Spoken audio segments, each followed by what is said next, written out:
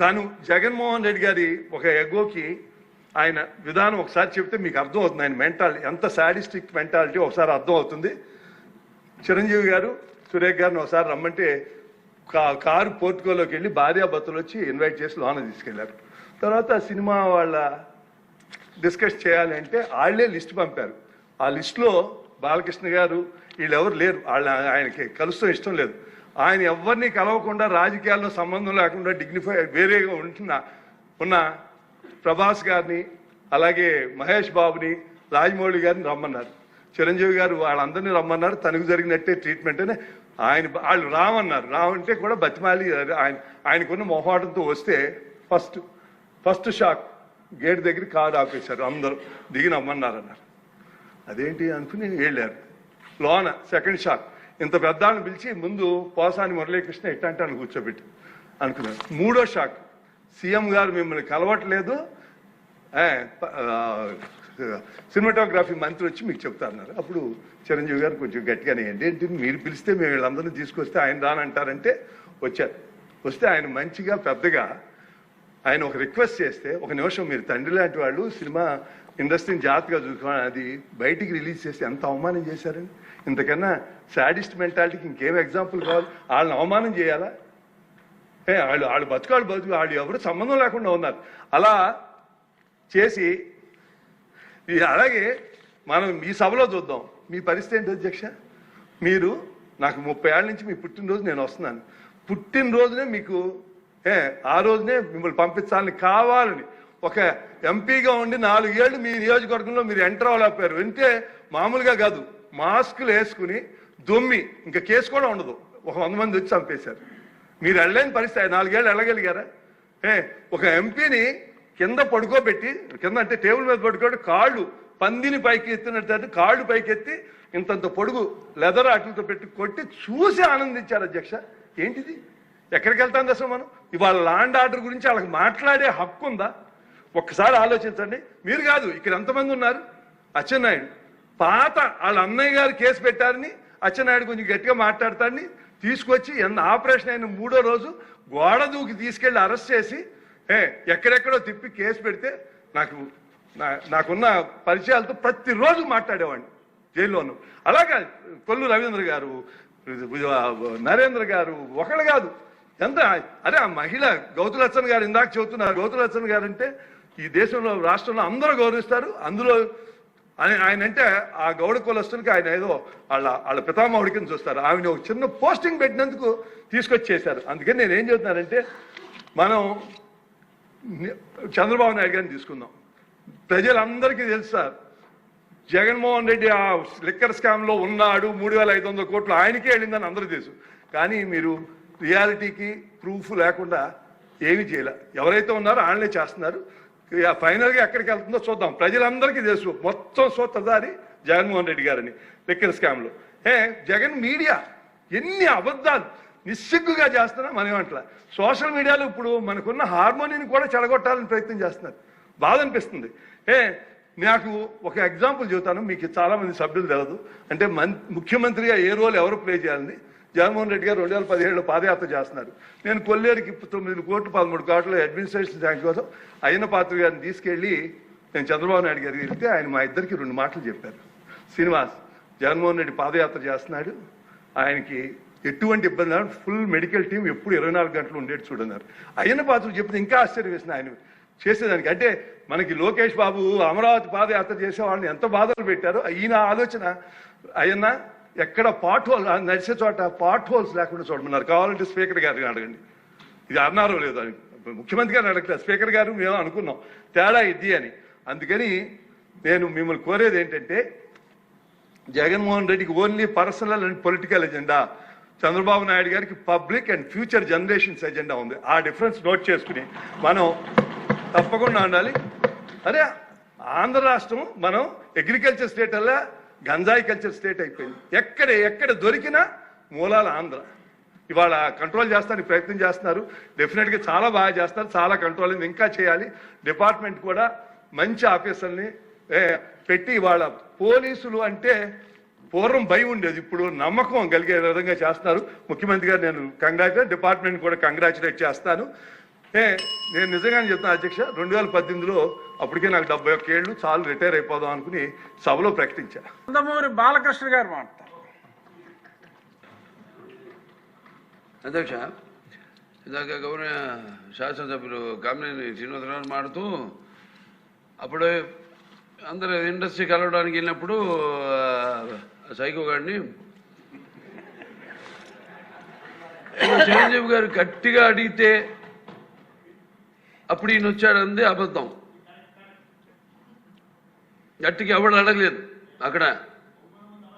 అది మీరు అన్నారు ఇందాక, ఏదో గట్టిగా అడిగితే ఈయన వచ్చాడు మళ్ళీ కలవడానికి, లేకపోతే ఏదో సినిమాటోగ్రఫీ మినిస్టర్ కలవమన్నారు అని. ఏంటంటే అండి అవి మిగతాన్ని ఓకే, అవమానించడం ఆయన ఓకే, ఏదో ఆయన పెద్ద గట్టిగా చెప్తే ఆయన దిగి వచ్చాడంట కలవడానికి, లేకపోతే సినిమాటోగ్రఫీ మినిస్టర్ కలవమన్నా అంట. మనకు కూడా నాకు ఇన్విటేషన్ వచ్చింది ఇక్కడ ఫిల్మ్ డెవలప్మెంట్ ఒక లిస్ట్ తయారు చేయమని. నాది 9వ పేరు వేశారు. అది ఎవరో ఈయన నేను అడిగాను కూడా, దుర్గేష్ గారిని కూడా అడిగాను, గౌరవ సినిమాటోగ్రఫీ మంత్రి కూడా అడిగాను నేను, ఎవడో అడిగేసిందని. Respect human being, even be opposition or అస్.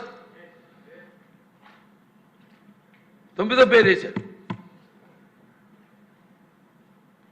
ఇదే అదేదో గట్టిగా ఎవడు అడిగాడు, గట్టిగా అడిగితే పంపించారు లోపలికి, వచ్చాడు ఈడు కలవడానికి. Sorry, I want to clarify this. No, very good, sir. Nonsense. గౌరవ ఉప ముఖ్యమంత్రి వర్యులు పవన్ కళ్యాణ్.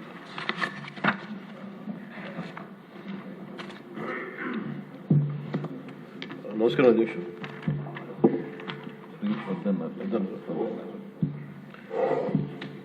గౌరవ ముఖ్యమంత్రి గారికి, మంత్రివర్గ సహచరులకి, సభ్యులకి, గౌరవ సభ్యులకి అందరికీ నా హృదయపూర్వక నమస్కారం.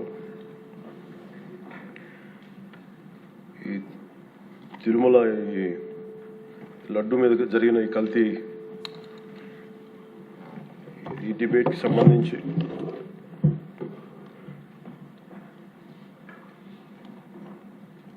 $68 లక్షల కిలోల నెయ్యి అని చెప్పే ఒక కల్తీ నెయ్యిని వాడారు. దీని మీద ఫస్ట్ ఇది ఎలా బయటకు వచ్చింది, గవర్నమెంట్ ఫామ్ అయిన కొత్తలో గౌరవ ముఖ్యమంత్రి గారు ఎన్డీఏ మీటింగ్ మమ్మల్ని అందరినీ పిలిచి కండక్ట్ చేసినప్పుడు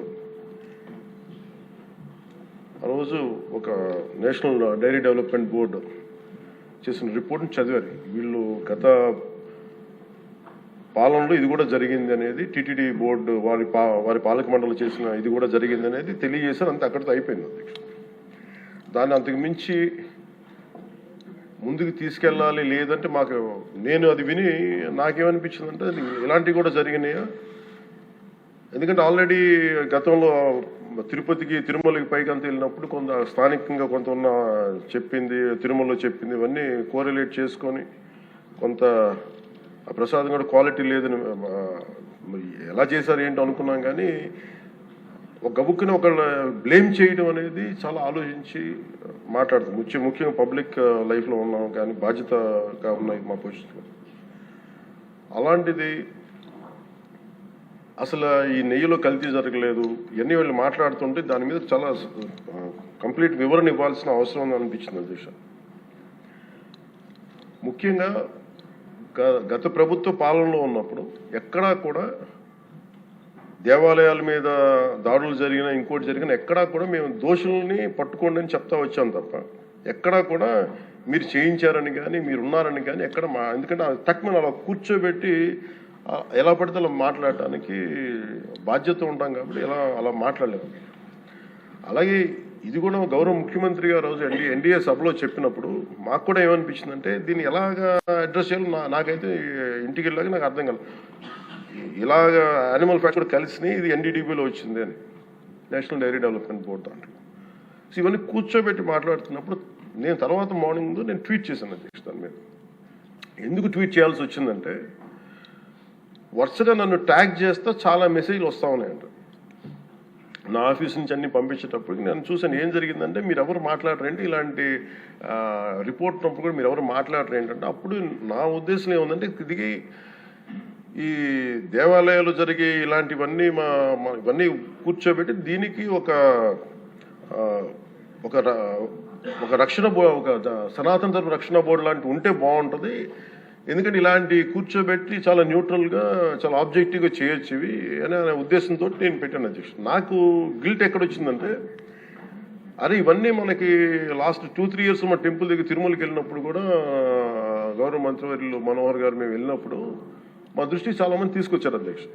మేమే 2-3 పర్యాలు మేమే మాట్లాడుకున్నాం. సో నాకు అవన్నీ గుర్తొచ్చి అరే మనకి తప్పు జరిగింది తెలిసి మనం దాన్ని సరిగ్గా తీసుకెళ్ళకపోయిన ఒక పశ్చాత్తాపంతో నేను ఒక దీక్ష చేశాను అధ్యక్షుడు.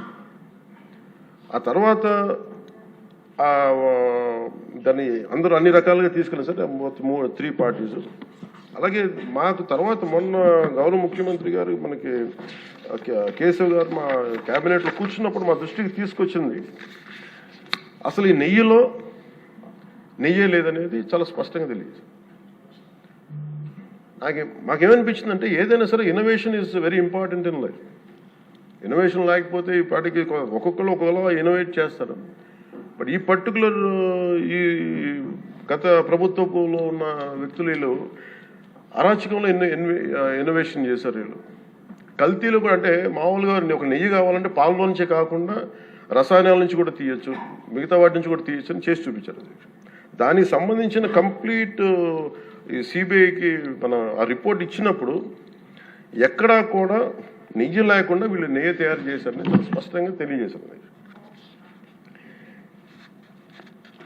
ఇప్పుడు మనం ఏం మాట్లాడుతున్నాం వీళ్ళందరితో అంటే ఎక్కడా కూడా ఈ సభ సాక్షిగా చెప్తున్నాను, ఇది ప్రజలకు కూడా తెలియాలి, ఎక్కడా కూడా గత ప్రభుత్వం తాలూకు హెడ్ చేసిన వ్యక్తి చేశారని ఎక్కడ కూడా నేను ప్రత్యేకించి మాట్లాడాలి.